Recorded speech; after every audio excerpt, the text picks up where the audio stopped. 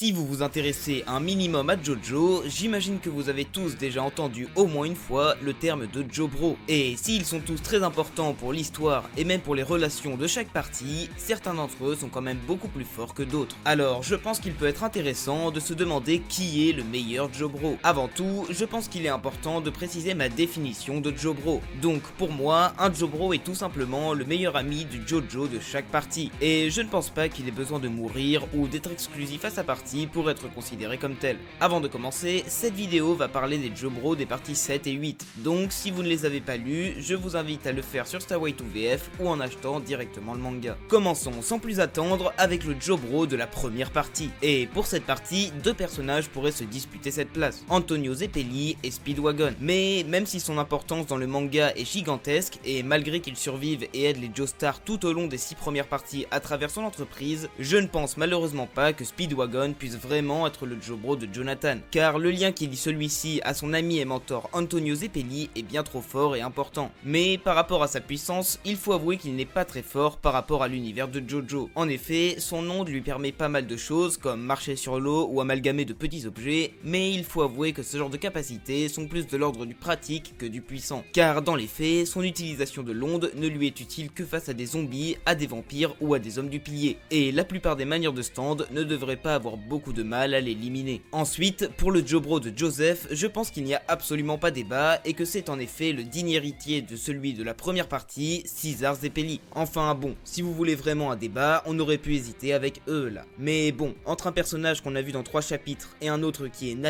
je pense que Caesar semble être assez légitime à prendre cette place. Donc, par rapport à sa puissance, comparé à son grand-père, il a développé pas mal de techniques de l'onde très intéressantes, permettant de se battre même contre des entités n'étant pas directement sensibles à l'onde, notamment en l'insufflant dans différents objets comme par exemple avec sa technique du Bubble Cutter. Donc, il est plus puissant que son ancêtre et je pense qu'on peut dire qu'il est de puissance moyenne. Maintenant, parlons du JoBro de Jotaro. Et pour celui-ci, il y a pas mal de concurrents. En fait, je pense que tous les Stardust Crusaders pourraient prétendre à ce titre. Mais bon, je pense qu'on peut déjà enlever Iggy de l'équation, parce que bon, il a beau être assez sympa, ça reste un chien. Ensuite, par rapport à Joseph et Avdul, en vrai, quand on y pense, Avdul est un peu le JoBro de Joseph dans Stardust Crusaders, donc je pense qu'on peut aussi les éliminer. Et c'est là qu'on a un petit problème, car en vrai, Polnareff et Kakyoin pourraient tous les deux vraiment prétendre à ce titre. Mais bon, il faut quand même choisir, et je pense que Polnareff est quand même plus proche de Jotaro. Donc, par rapport à son classement, son stand est franchement très bon. En fait, c'est un peu le stand courte portée par excellence. Et en soi, je pense qu'on est tous d'accord pour dire qu'il n'y a absolument pas photo quant au résultat d'un combat entre Silver Chariot et les Zeppeli du premier univers. Donc je pense qu'on peut dire que ce stand est très puissant.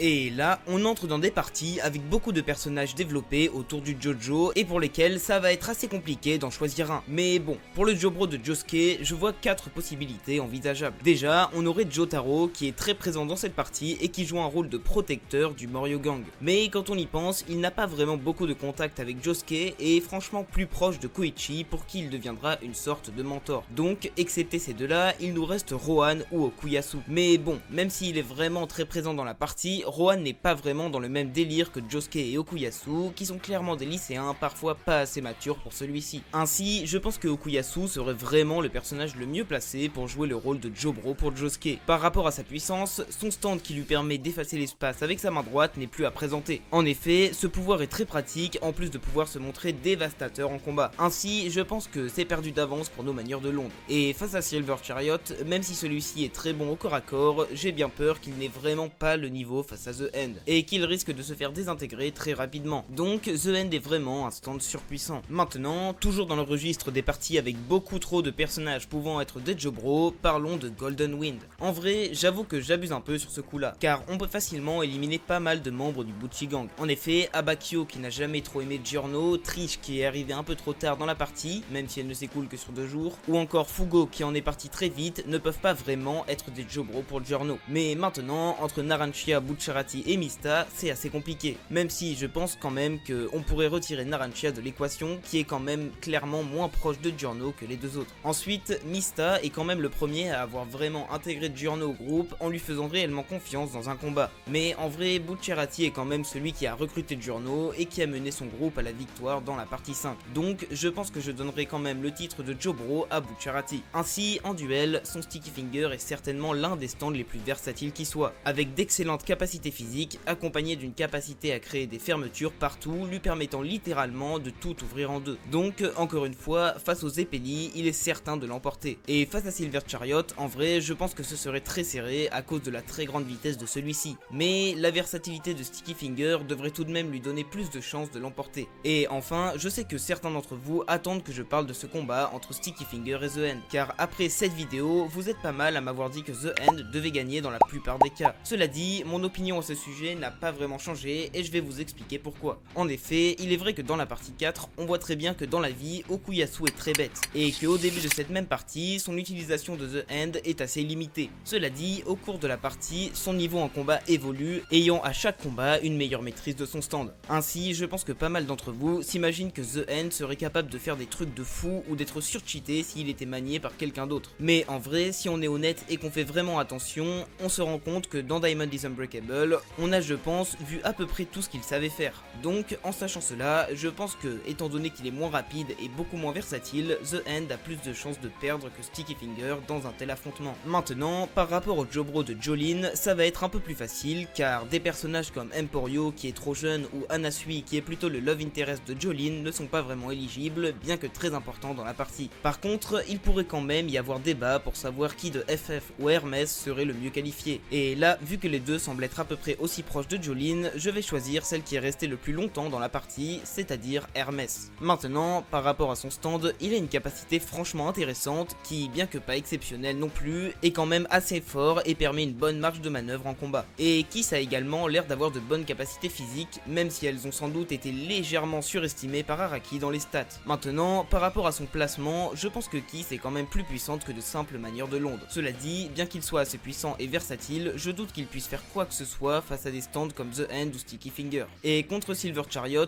je pense que sa vitesse et sa précision lui donneraient un bon avantage, ce qui lui permettrait sans doute de l'emporter face à Kiss. Donc ce stand est quand même un stand assez puissant. Maintenant, partons pour le deuxième univers pour nous intéresser à J-Ro Zeppeli. Et oui, pour celui-ci, il n'y a absolument pas débat sur qui est le Jobro de Johnny. Par rapport à sa puissance, il est un maître de la rotation, ce qui lui permet déjà un très grand nombre de choses, comme se soigner relativement, augmenter ses capacités physiques, ou encore infliger de lourds dégâts, même à des stands. Mais ce qui fait toute la puissance de J-Ro, c'est sa technique la plus avancée, Ball Breaker. En effet, cette technique est issue de la rotation infinie, et permet à son manieur de surpasser le temps, l'espace et la réalité, en plus de faire vieillir toute personne au moindre toucher. D'ailleurs, petit aparté pour préciser que dans Steel Ball Run, Ball Breaker était imparfait, c'est pour ça qu'il n'a pas pu one-shot Valentine. Mais s'il l'avait été, nul doute que sa rotation infinie se serait propagée dans Valentine comme celle de Tusk. D'ailleurs, je me permets d'apporter ma petite théorie personnelle vis-à-vis du pouvoir de vieillissement de ce stand. En effet, je pense que c'est une rotation infinie plus évoluée que celle de Tusk, agissant directement sur les cellules, induisant donc un vieillissement accéléré de celle-ci. Maintenant, par rapport à sa place, je pense qu'on sera tous d'accord sur le fait qu'il n'y a pas vraiment débat et qu'il est clairement numéro 1 en étant un stand divin.